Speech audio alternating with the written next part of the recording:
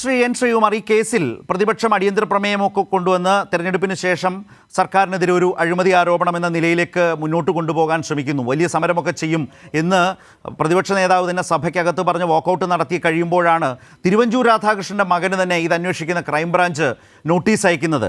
Crime branch പറയുന്നത് തന്നെ 3 തവണ നോട്ടീസ് അയച്ചിട്ടും പ്രതികരിച്ചില്ല, റെസ്പോണ്ട് ചെയ്തില്ല. അതേ തുടർന്ന് ഇമെയിൽ നോട്ടീസ് അയക്കുന്ന അവസ്ഥയുണ്ടായി. മാധ്യമപ്രവർത്തകർ അത് നേരത്തെ അർജുനോട് തന്നെ ചോദിക്കുകയും നമ്മൾ ഇന്നലെ വാർത്തകളിലൊക്കെ കണ്ടതാണ്.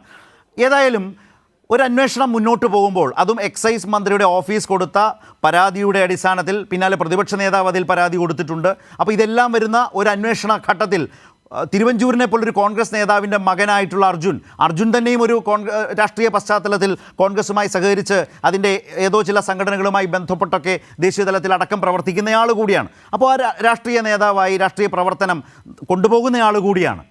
അങ്ങനെ ഒരു ക്രൈംബ്രാഞ്ച് അന്വേഷണം ഇതുപോലൊരു ഘട്ടത്തിൽ ഒരു നോട്ടീസ് തിരുവഞ്ചൂരിൻ്റെ മകന് നൽകുമ്പോൾ ആ അന്വേഷണത്തിൽ പലതും മനസ്സിലായിട്ടോ അല്ലെങ്കിൽ പലതും മനസ്സിലാക്കാൻ അർജുനെ ചോദ്യം ചെയ്യേണ്ടതുണ്ട് എന്ന് മനസ്സിലായതുകൊണ്ടോ ആവില്ലേ ക്രൈംബ്രാഞ്ചിൻ്റെ നീക്കം?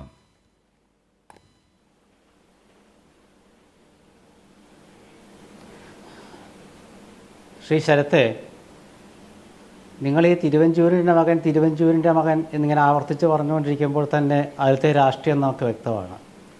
കോട്ടയം സ്വദേശിയായ അർജുൻ എന്നയാൾക്ക് ക്രൈംബ്രാഞ്ച് ഒരു നോട്ടീസ് കൊടുത്തു.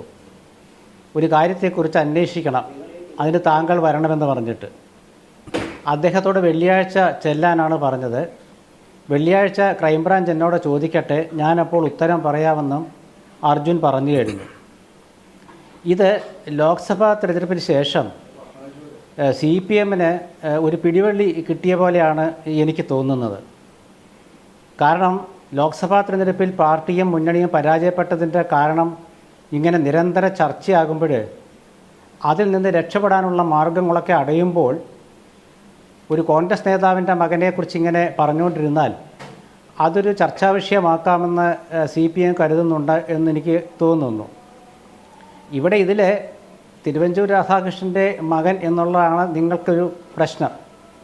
തിരുവഞ്ചൂർ രാധാകൃഷ്ണൻ്റെ മകൻ എന്ന് ആവർത്തിച്ച് പറഞ്ഞുകൊണ്ടിരുന്നാൽ അത് കോൺഗ്രസിനെയോ തിരുവഞ്ചൂർ രാധാകൃഷ്ണനെയോ ബാധിക്കുന്നൊരു പ്രശ്നമല്ല. നിങ്ങൾ സാധാരണ നമ്മൾ മുഖ്യമന്ത്രിയുടെ മകളെക്കുറിച്ച് പറയുമ്പോൾ CPM പറയാറുണ്ട്, എന്തിനാണ് അങ്ങനെ പറയുന്നതെന്ന്. അതുപോലെ മാത്രമേ ഞാനും ഇവിടെയും കാണുന്നുള്ളൂ. അപ്പോൾ ഇവിടെ വേറൊരു വിഷയം എന്താണെന്ന് വെച്ചാൽ, ഈ തെരഞ്ഞെടുപ്പ് പരാജയത്തിന് ശേഷം പാർട്ടി പല രീതിയിൽ അവരുടെ തീരുമാനങ്ങൾ, അവരുടെ പ്രതിരോധങ്ങളൊക്കെ പല രീതിയിൽ പുറത്തേക്ക് വിടുകയാണ്.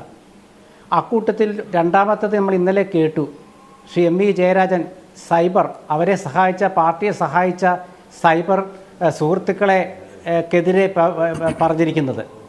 അപ്പോൾ അങ്ങനെയൊക്കെ വരുമ്പോൾ ഇതെന്തുകൊണ്ടാണ് ഇങ്ങനെ ഒരു ചർച്ച എന്നുള്ളത് സാധാരണക്കാർക്ക് മനസ്സിലാകും.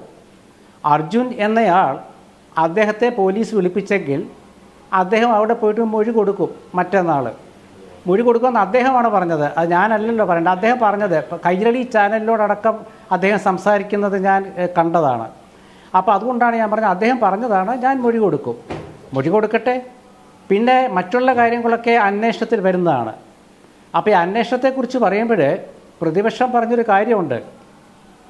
നമ്മുടെ ഒരു ബാറുടമ അദ്ദേഹത്തിൻ്റെ ഒരു വോയിസ്, ഒരു വാട്സപ്പ് വോയിസ് ആണല്ലോ ഇതിൻ്റെയൊക്കെ തുടക്കം. ആ വാട്സപ്പ് വോയിസ് എങ്ങനെ പുറത്തായി എന്നതിനെക്കുറിച്ചാണ് അന്വേഷണം. അല്ലാണ്ട് അതിൽ പറഞ്ഞ കാര്യങ്ങളെക്കുറിച്ച് അന്വേഷിക്കുന്നില്ല. കുറച്ച് പേർക്ക് ഇന്ന സംവിധാനങ്ങളിലേക്ക് പണം കൊടുക്കേണ്ട ഒരു അവസ്ഥ നമുക്ക് വന്നു ചേരുന്നു നമ്മളുടെ ഭാവിക്ക് എന്ന രീതിയിലാണ് ആ വാട്സപ്പ് സന്ദേശം. അതെല്ലാവരും കേട്ടതാണ്. അപ്പോൾ അങ്ങനെ വരുമ്പോൾ അതിനെക്കുറിച്ച് ജുഡീഷ്യൽ അന്വേഷണം നടത്തണമെന്ന് പ്രതിപക്ഷം ആവശ്യപ്പെട്ടിട്ടുണ്ട്. അത് അഴിമതി നിരോധന വകുപ്പിൽ പ്രകാരം പെടുന്നതായതുകൊണ്ട് ആ നിലയ്ക്ക് കേസെടുക്കണമെന്ന് പ്രതിപക്ഷം ആവശ്യപ്പെട്ടിട്ടുണ്ട്. ഇത് രണ്ടും എടുത്തു കഴിഞ്ഞാൽ നിങ്ങൾക്ക് ആരെ വേണമെങ്കിൽ ചോദ്യം ചെയ്യാം.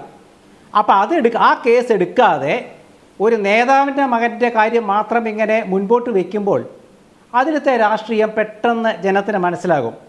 അപ്പോൾ ഇത് യേശില്ല. ഇത് നാളെ ഏത് രീതിയിൽ വന്നാലും ഇതിൻ്റെ രാഷ്ട്രീയത്തെക്കുറിച്ചാണ് ഞാൻ പറയുന്നത്, അല്ലാണ്ട് മറ്റുള്ള കാര്യങ്ങളൊക്കെ പോലീസ് അന്വേഷിക്കുകയോ അതിൻ്റെ കാര്യങ്ങളൊക്കെ വരട്ടെ. ഇതിൻ്റെ രാഷ്ട്രീയത്തെക്കുറിച്ചാണ് ഞാനിപ്പോൾ പറഞ്ഞത്. ഇത് രാഷ്ട്രീയമാക്കി കൊണ്ടുവന്ന് കോൺഗ്രസിനെതിരായിട്ട് ഉയർത്തിപ്പിടിക്കാൻ ശ്രമിക്കുകയാണെങ്കിൽ അത് ഒരു പരാജയത്തിലേക്ക് എത്തുള്ളൂ. കാരണം എന്താണെന്ന് വെച്ചാൽ അതിൻ്റെ ഒരുപാട് വിഷയങ്ങൾ അർജുൻ പുറത്ത് പറഞ്ഞിട്ടുണ്ട്.